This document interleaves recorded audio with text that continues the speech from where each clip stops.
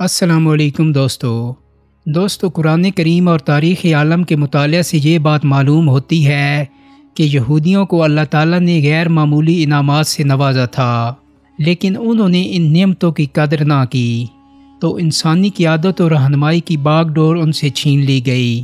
اس قوم نے جب اللہ کے بھیجے ہوئے پیغمبروں کو قتل کیا اور کتاب الہی میں تحریف کی، تو ان گھناؤنے جرائم کے نتیجے میں ان کو مختلف امراض میں مبتلا کر دیا گیا۔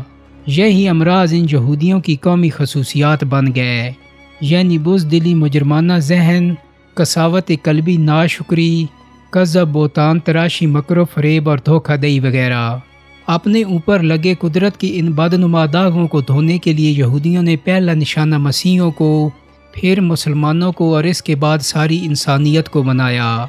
دوستو، ویڈیو میں آگے بڑھنے سے پہلے سب سے پہلے یہودیت کی وجہ تسمیہ اور ابتداء کے بارے میں جاننا ضروری ہے، اس لیے کہ یہودیت کو سمجھنے کے لیے سب سے اہم چیز اس نام کی ابتداء اور اس کا وجود ہے۔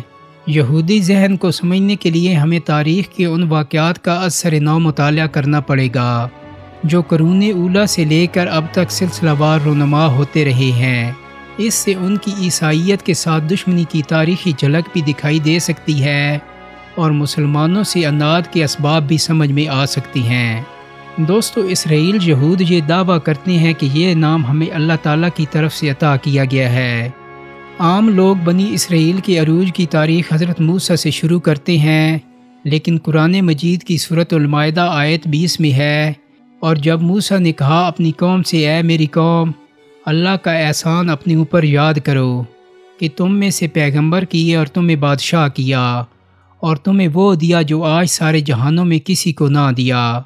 اے قوم، اس پاک زمین میں داخل ہو جو اللہ نے تمہارے لیے لکھی ہے، اور پیچھے نہ پلٹو کہ نقصان پر پلٹو گے۔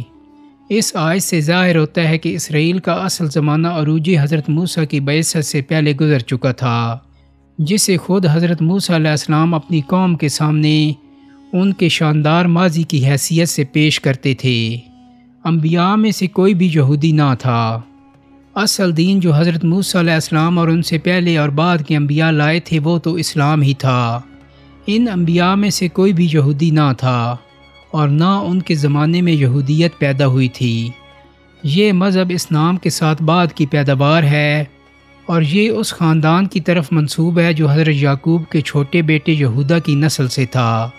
حضرت سلیمان علیہ السلام کی وفات کے بعد ان کی سلطنت دو ٹکڑے میں بٹ گئی، تو یہ خاندان اس ٹکڑے پر مشتمل ریاست کا مالک بن گیا جو یہودیہ کے نام سے موسوم ہوئی، جبکہ بنی اسرائیل کے دوسرے قبیلوں نے اپنی الگ ریاست سامریہ قائم کر لی۔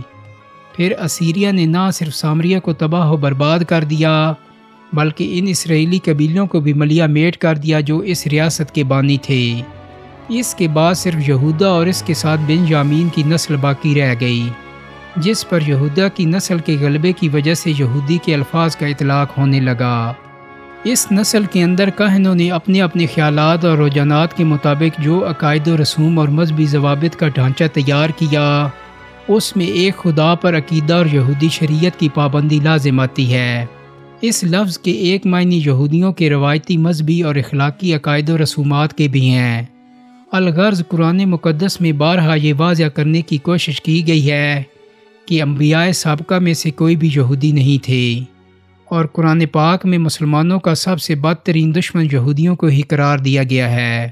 شاید مسلمانوں سے ان کی نظریاتی دشمنی اس لیے بھی ہے کہ یہ بنی اسرائیل کو بہت قوموں سے برتر و اعلیٰ جانتے ہیں، لیکن یہ بھی مانتے ہیں کہ اب ان سے یہ اعزاز چھین لیا گیا ہے۔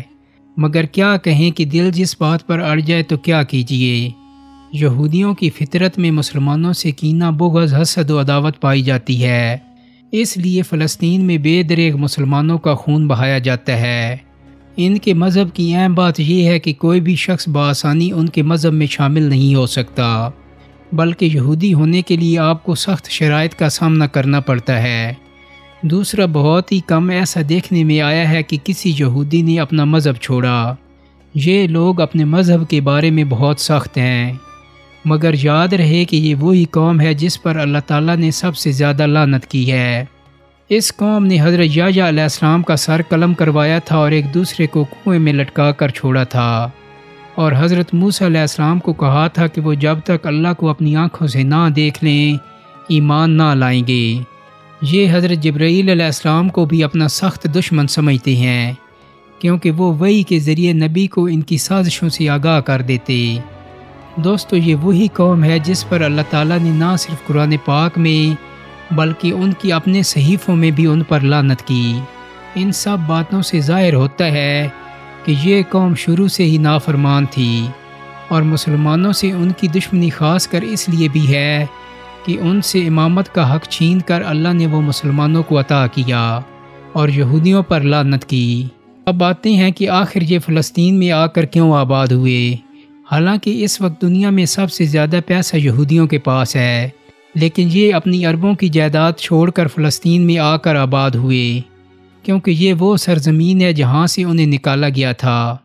دوستو، یہودیوں کا اہم مقصد پوری دنیا پر قبضہ کرنا اور اپنا دین سب سے بلند کرنا ہے، تبھی یہ فلسطین آ کر آباد ہوئے کہ ان کا کھویا ہوا مقام مل جائے۔ انہوں نے امریکہ کو سود پر قرضہ دیا اور عیسائیوں سے ہاتھ ملا لیا اور اپنی توپوں کا رخ مسلمانوں کی طرف موڑ دیا۔ دوستو، یہودیوں نے اسلام دشمنی کا بیج اسی دن اپنے دلوں میں بو لیا تھا جب انہوں نے محسوس کیا تھا کہ نبوت رسالت کا منصب اعظم بنو اسرائیل سے منتقل ہو کر بنو اسماعیل کے پاس چلا گیا ہے۔ انہوں نے شجر اسلام کی بیج کنی اسی دن سے شروع کر دی تھی، لیکن ان کی دشمنیاں جتنی شدید ہوتی گئیں، اسلام کے شجر طیبہ کی جڑیں اتنی ہی مضبوط ہوتی گئیں۔ ان کی مسلسل ناکامیوں نے اسلام دشمنی کے اس پودے کو تناور درخت بنا دیا، جس کا بیج طلوع اسلام کے ساتھ ہی ان کے دلوں میں بو دیا گیا تھا۔ ان کی حسد، بغض، کینہ اور سفلہ پن کی اس وقت کوئی انتہا نہ رہی جب اسلام اس رنگ میں جلوہ گر ہوا جس کا پروردگار عالم نے ان الفاظ میں بیان فرمایا۔ کیا تم نے نہ دیکھا اللہ نے کیسی مثال بیان فرمائی، پاکیزہ بات کے جیسے پاکیزہ درخت جس کی جڑ قائم اور شاخیں آسمان میں ہیں، ہر وقت اپنا پھل دیتا ہے اپنے رب کے حکم سے، اور اللہ لوگوں کے لیے مثالیں بیان فرماتا ہے کہ کہیں وہ سمجھیں۔